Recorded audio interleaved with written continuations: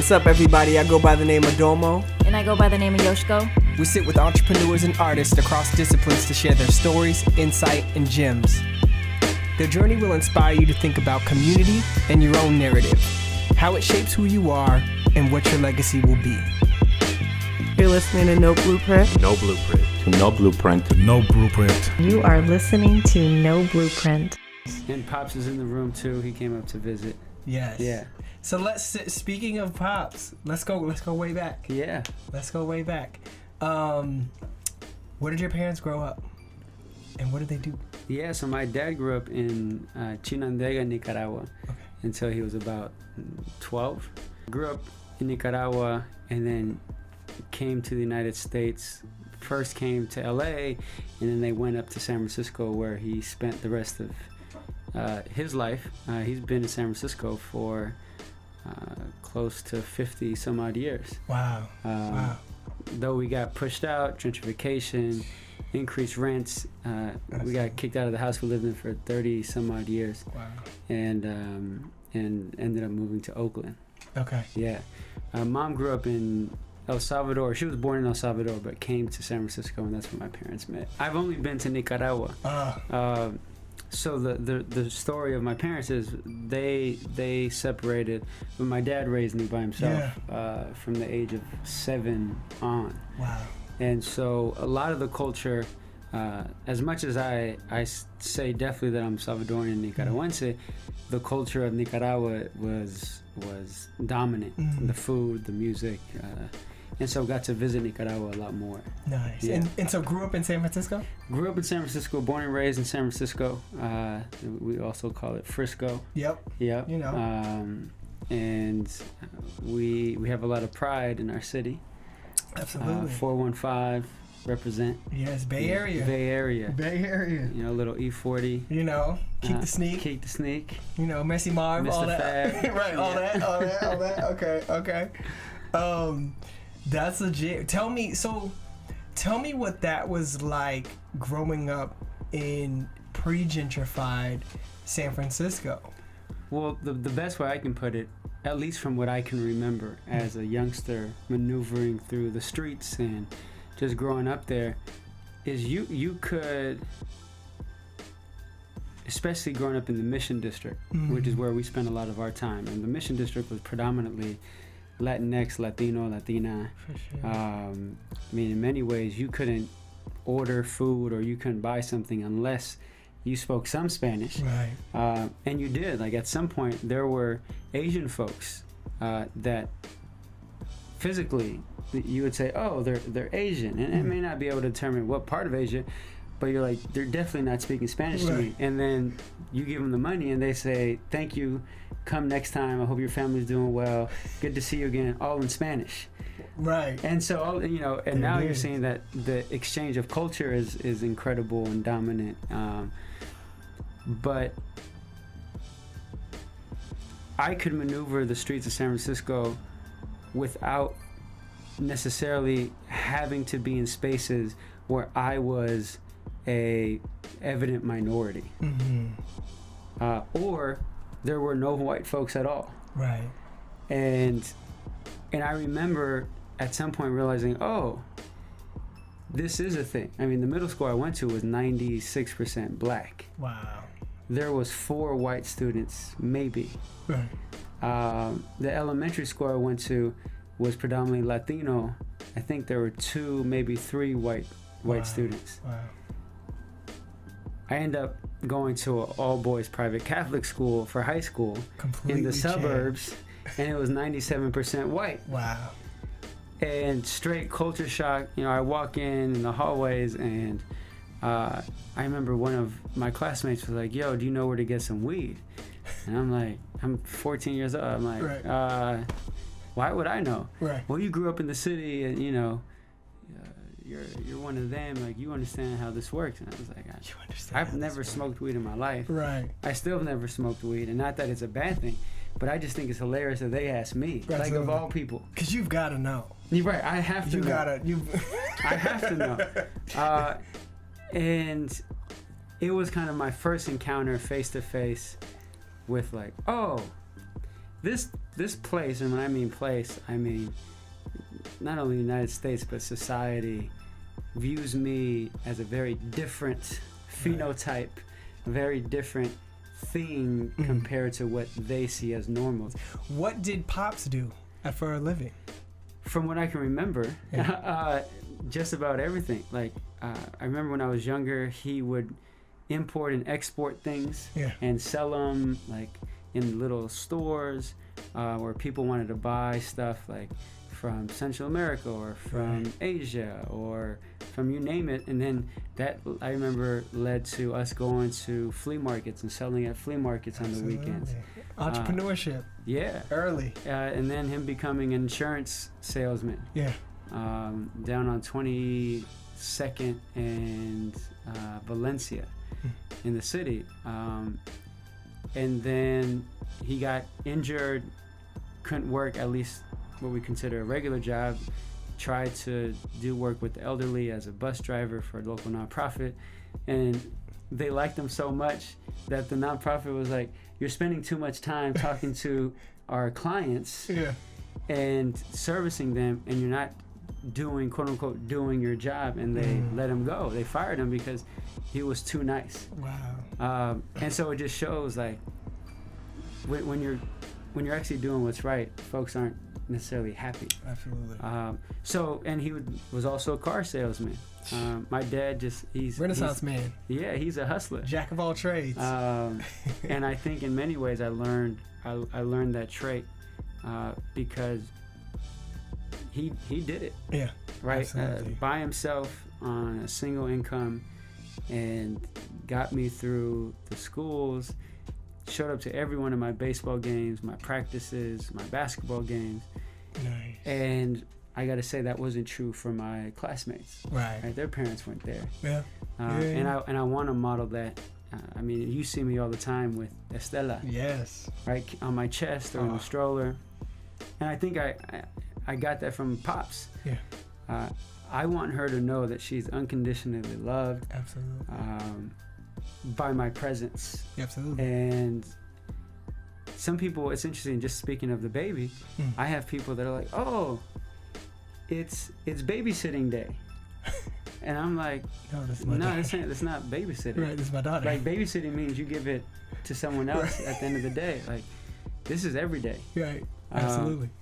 And rightfully so. Like, my partner has sacrificed so much to get to where she is. Absolutely.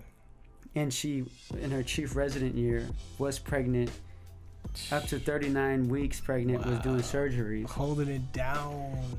Had this baby, went back and finished residency, and I'm like, that's unbelievable. Like, that's magic. And the least I can do is take care of our child. Absolutely. And then getting the traits from Pops, figuring out how to piece the things together to make it work. Absolutely. Because I can't imagine what a world for me would look like without him there. Right. What was it like growing up in a multi-generational household with grandma? Yeah, I mean, grandma, just as much as Pop, took care of me, right? Because Pop's being a single dude, he definitely went out, but the thing is, he also took me with him. So I learned how to play pool. Nice. I learned how to play cards. Nice. I learned how to play chess. And we would play for $20 a game, or at least that's what I saw. Yeah. Ping pong, like wherever he went, he would take me. But my grandmother, whether I got back from school or after practice, I mean, she was always, I mean, her rule is if you walk into my house, you're eating. There was always food on the table. Absolutely. And it's that generational knowledge of what the world looks like, how you need to maneuver in the world, but just a comfort that there's a matriarch that has held it down for so long. She had 8 kids. Wow. My dad's the oldest, and she took care of all of them. Wow. I mean, that's a lot of kids, but I mean, they were all in the house at some point. Wow. And she did the same for many of her grandchildren, including myself. And so I give her a lot of credit. Yeah. UW Law? Went to UW Law. Okay. Why? Why UW? Because they offered me the most money. Hey. Yeah. when you grow up with no money, you're also very astute when it comes to figuring out the finances. Absolutely. And I had opportunities to go to other places, but they had presented the best offer. Yeah. Yeah, and it was a great school. It was top 20 in the country. And I said, let's do it. Why law? At the moment, mind you, I'm not the same person I was 10 years ago. Absolutely. And so the consciousness has developed over time. But at the time, it was very superficial.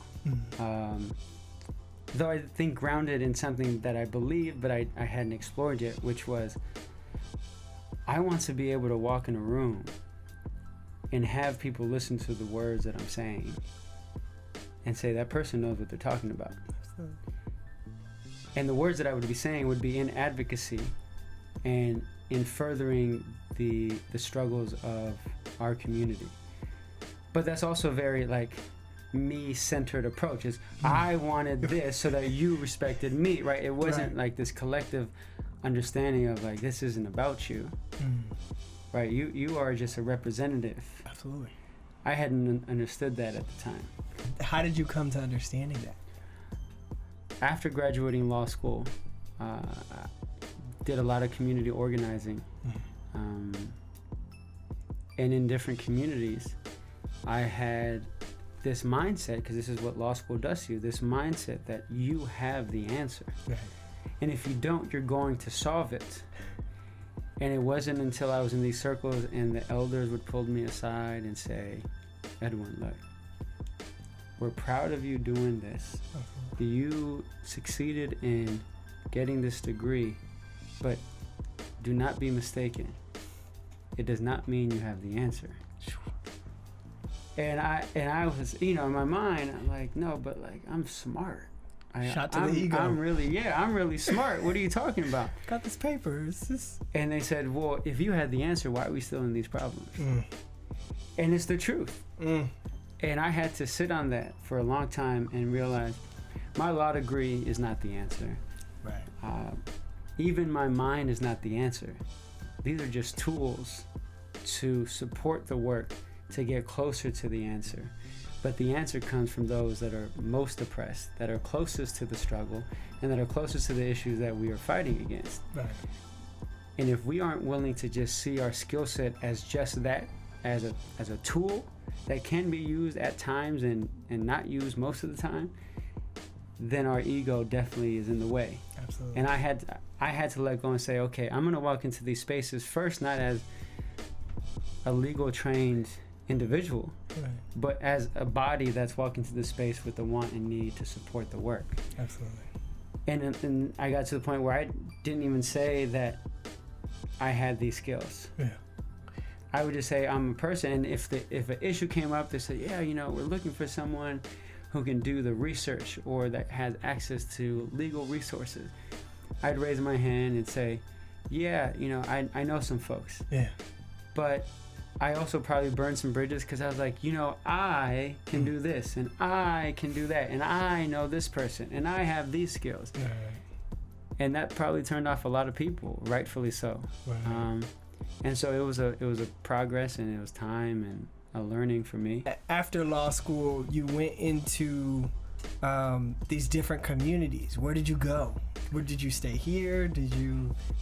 Well, I was in. I went back home, so I was in San Francisco. Okay.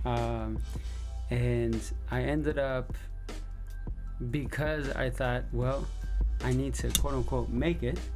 I ended up working in-house for a tech company in Silicon Valley, doing a lot of their business and legal work, and was making quite a bit of money, and it was very good.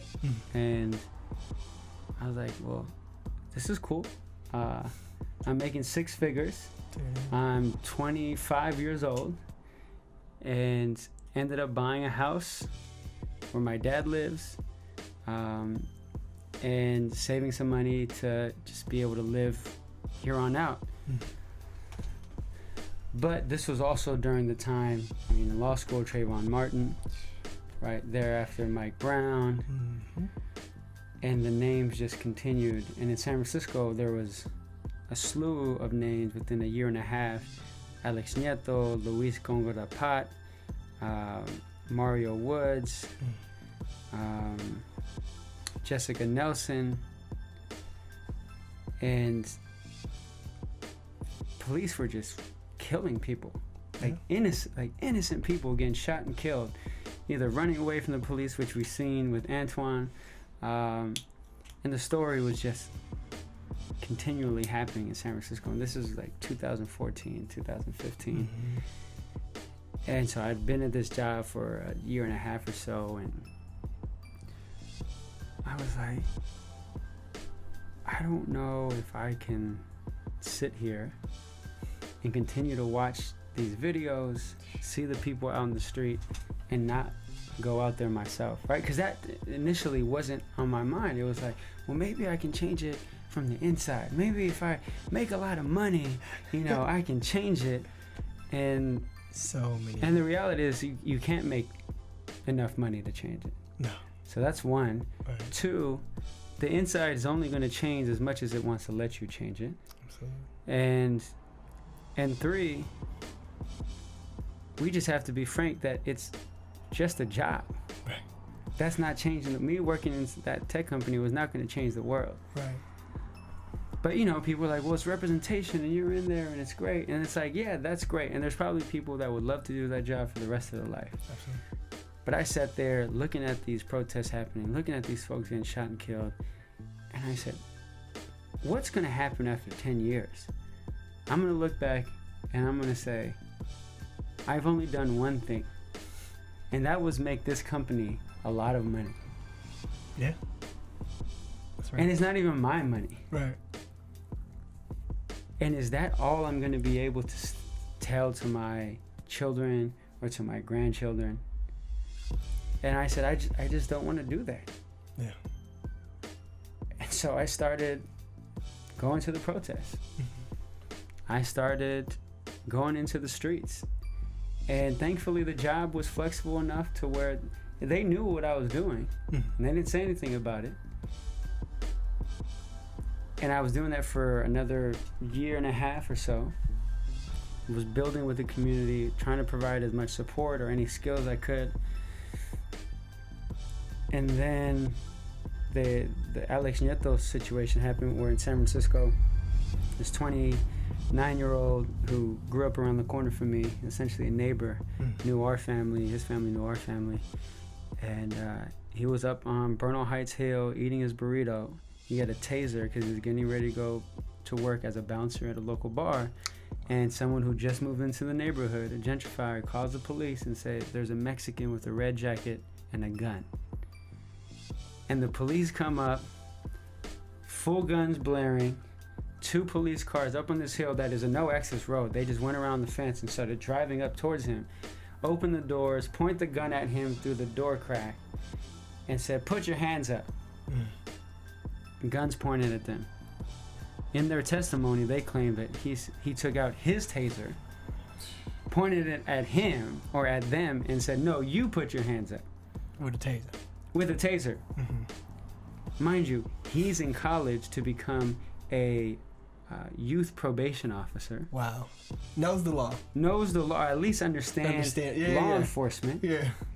And that he would have the gall and really the craziness to take his taser out and point it at the police. With the backdrop of unarmed kids being shot for the last however many years. And they shot at him 56 times. Jesus Christ. And they shot him so much that one officer reloaded his clip. Wow. And emptied it again. And that one hit too close. Jesus. And was like, man, I've seen him. Like, we're not best friends. We didn't hang out a lot, but I would see him in the community. Like, I knew him. Right. And we were the same age. The hat he was wearing in the picture was the same hat that I have. And I'm like, this law degree can't stop bullets. No. And so am I going to be here saying, well, if I just behave, maybe mine will be spared, my life will be spared? Yeah. Or are we going to find a way to stop this from happening again? Definitely. Because the absurdity is is going to continue. And that's when I like put down this whole idea of the law degree being the answer, and saying, if this law degree can't stop a bullet, what good is it? Right. Because that's what we're up against now, is state-sanctioned terror. Right. And if I wave this thing and say, hey, don't shoot me, I got a law degree though. I have a law degree, and they're going to shoot me and say we thought it was a gun. Right. And it's hyperbolic, but the reality is, it's not too far from the truth. Right. Oh, you wanted to be educated. Right. I want to talk to you about how you started working with the People's Party. Yeah. It was so soon after I came back from Standing Rock. So that was 2000. So in January 2017, I was in Standing Rock for about 3 months in 16. Before that, I did a hunger strike in San Francisco to get the police chief fired. I was gonna say before we get to Nikita Oliver, let's go back to all of this. Okay, Alex Nieto. They had killed him. The police were not charged. Wow. They treated him like as though he was a investigated individual. They had shot and killed him, then put handcuffs on him, and then went into his house and searched his room for quote unquote evidence. The dude that shot 56 times. Yeah, who did not have a gun, even though the gentrifier said that he hit. He had a gun. And then they shot and killed.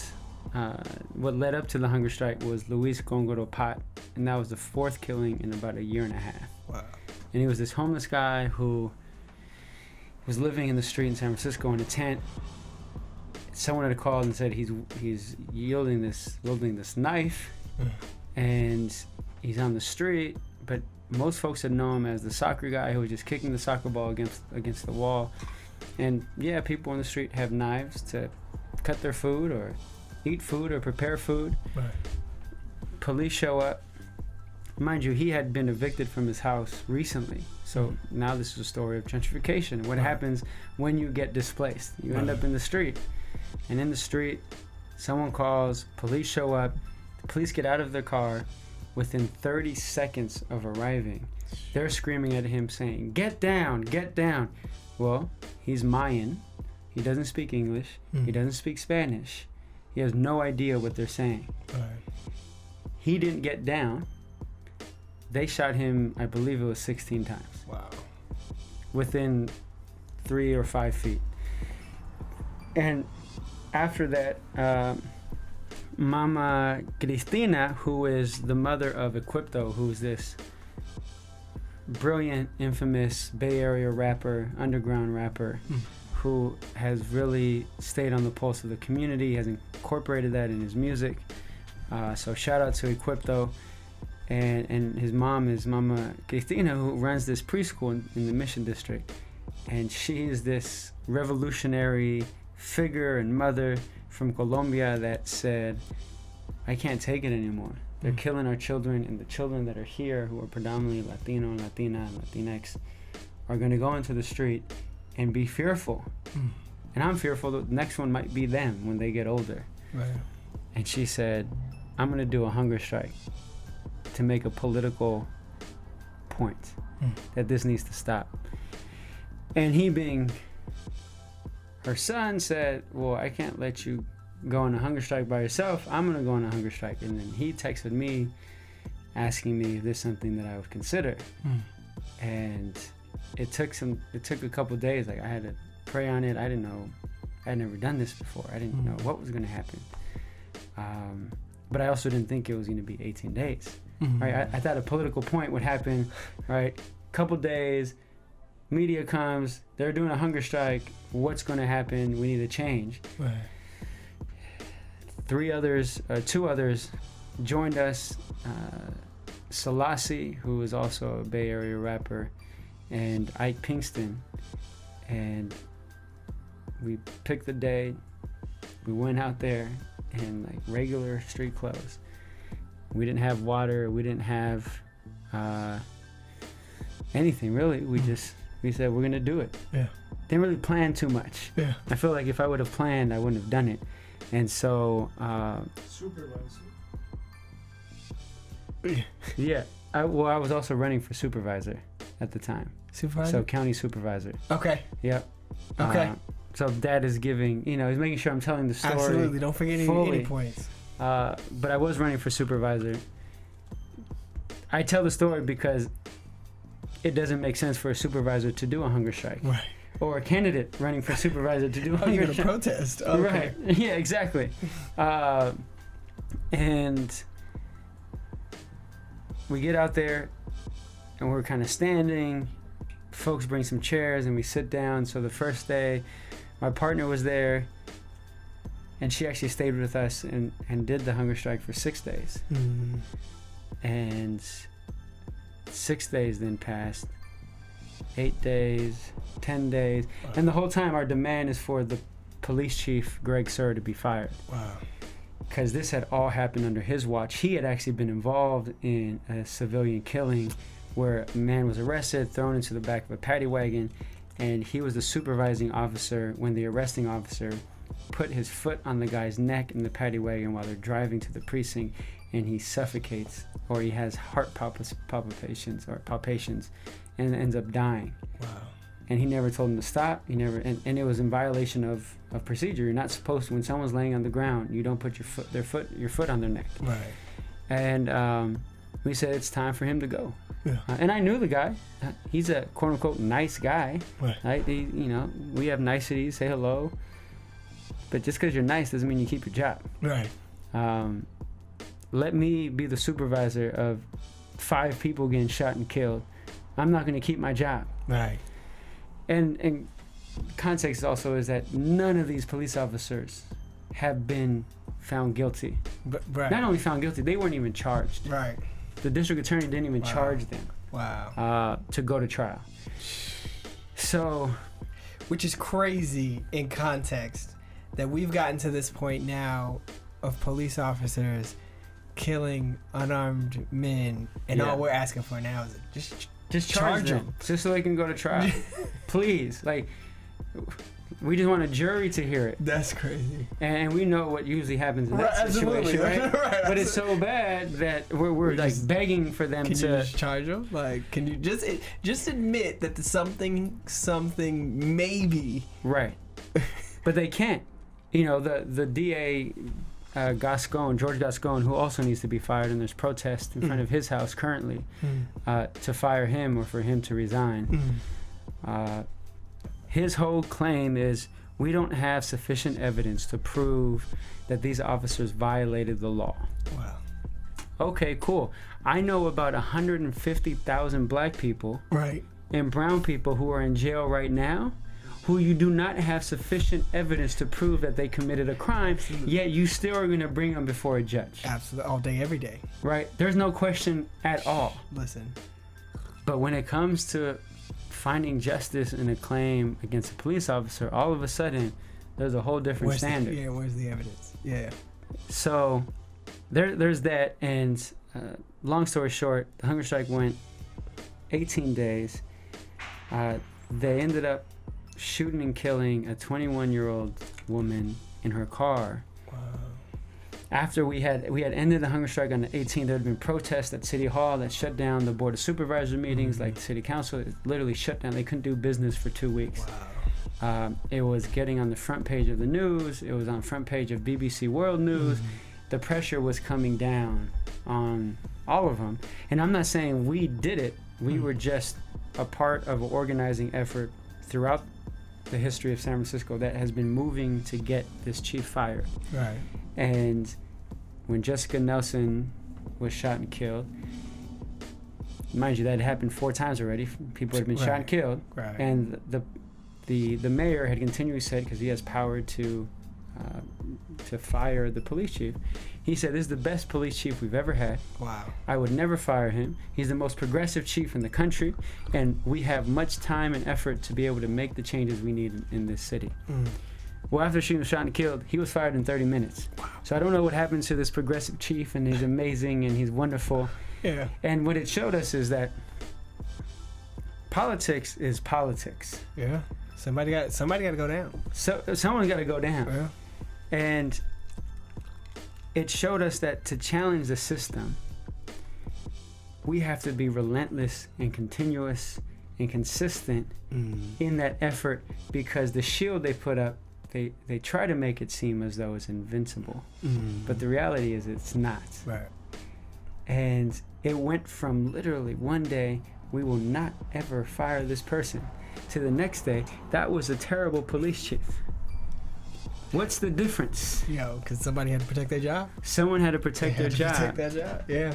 And we have, but I mean, were it not for the pressure of the community pushing that, she could have got killed and he still would have had his job. Right. And so they knew that there was going to be riots in San Francisco if something didn't change. Yeah. And that led me to shortly thereafter going to Standing Rock. Actually, through Nikita. Nikita was like, I'm going to go to Standing Rock. Are you down to go? Wow. And I said, yeah, let's do it. Yes. And she couldn't end up going at that time. She had gone before already. But I ended up going, and I'm glad that she gave me the inspiration to go and the courage. Because I didn't know I didn't know anyone. I didn't know what I was going to do. It wasn't a group of people. I showed up by myself. And, but it was one of the most, I mean, along with the hunger strike, it was one of the most transformational experiences I had to see that our folks are resisting, and the history of our ancestors and the stories that they tell, and the indigenous folks that continue to be overlooked are strong. And trying to protect all of us. All of this. Wait. You mean to tell me yeah. these same people who we took their land, right, like stole their language, miseducated them, are the same people trying to make sure that all of us have clean water and that you don't run an oil pipeline and kill all of us? Yep. That's crazy. Yeah. That's crazy. And they did. Absolutely. Yeah. I mean, as much as people say it wasn't a win, I mean, it showed, like, this country had to respond to it. Absolutely. It wasn't like, oh, Morton County in North Dakota, just take care of that. No, there was, interesting enough, ICE was there. Right. For sure, there were federal agencies there. Absolutely. But they were doing everything from gas trails over the camps, affecting both the temperature but also the air. They had snipers that were watching. They had water hoses, Water cannons. Yep, water cannons. Absolutely. In the freezing cold, causing folks to get pneumonia. They were throwing out these miniature kind of smoke bombs that almost blew off a young lady's arm, shooting these rubber bullets, like just leaving massive bruises on people's chest. It was warfare. Yeah. Without a group actually engaging in combat. Like, there was a peaceful element to it, and then there was the very volatile, violent acts of the government. Right. And at one point you had about 5,000, if not more, ex-military show up in their uniform, and they said, this is worse than what I served. Right. I feel like I am in direct attack by my own government. Right. That's crazy. And they were conducting what they called, it was low-grade combat, which is psychological control and manipulations, everything from the trails to they had floodlights on 24/7. Wow. And there's a manual in combat that says these are the things you do to psychologically break them down to the point of surrender. Right. And they tried it, and they're like, this ain't working. On American citizens. On American soil. citizens. On native soil. Yeah. Yeah. That's and crazy. so from there, I came back January 1st. January 2nd, I had to start my class at the law school teaching race and law. and that was quite the difference. But I'm glad I did, because I was able to bring those experiences into the conversation with the students and with the class. The library. Yeah. When did that idea come to mind, and how did that come to fruition? Yeah, it was quick, and I don't know the exact date, but I think it was either March or April, probably March of this year. I was spending a lot of time at the station coffee shop with Estela, and I was doing work. I was like, this is great. I love this community. All these amazing people and friends, and they were watching the baby, and Luis and Leona are great. And I'm like, and I come here every day, and my wife's like, why do you spend so much time at the station? I'm like, it's a good question. Because I like it, and it's culture. Yeah. And there's a Spanish saying that says cultura cura. And what that means is culture heals. And I needed that to heal, to be safe, to build that environment. But I thought I also would like a space for people to talk and explore, because the station also isn't necessarily that, right? It's a place where people get to talk and enjoy, and it's busy, people coming from the train in and out, it gets loud, and that's beautiful. Right. And I was like, can we also create a space where people intentionally come together and say, let's talk about these issues of race. Absolutely. Let's talk about white supremacy. Let's talk about internalized racism. Let's talk about the imposter syndrome. Let's talk about these histories that we aren't fully aware of. And Luis had the space at the old wine station, or the old station. He has the wine bar there on the weekends, and said to him, hey, I have this idea for a community library, and I'm willing to get all the books and make it work if you're open to it and partnering. He's like, yeah, let's do it. So next day, put the shelves up, started piling in the books, and we opened up May 12th. Yeah. So it was quick. Like, it was like quick. an idea to opening, and the opening we had over 200 people. Yes. And it's a membership model, so all the books there, we have over 1,000. They're all cataloged, and they're social justice, critical race theory, ethnic studies, study of liberation, the study of gender and identity, study of race and American history are the focus of the library. And we say library because it is that. So all the books are cataloged. And when you come, you can't actually buy the books. Right. You become a member. And so the membership is $30 to $50. It's a sliding scale a year. And with your membership, you're able to borrow a book for 2 weeks at a time, return it, get another book, bring it back. And now all of a sudden we have this circulation of community books that folks can learn from. And amazingly, we have over 160 people who are members. What's the name of the library? Yeah, the library is called Estelita Library.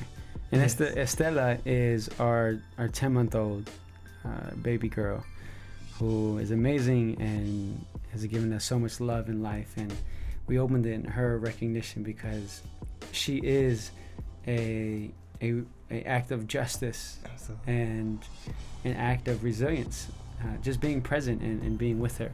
So the memberships are a huge way to sustain us, and we do events like July 14th. Yes.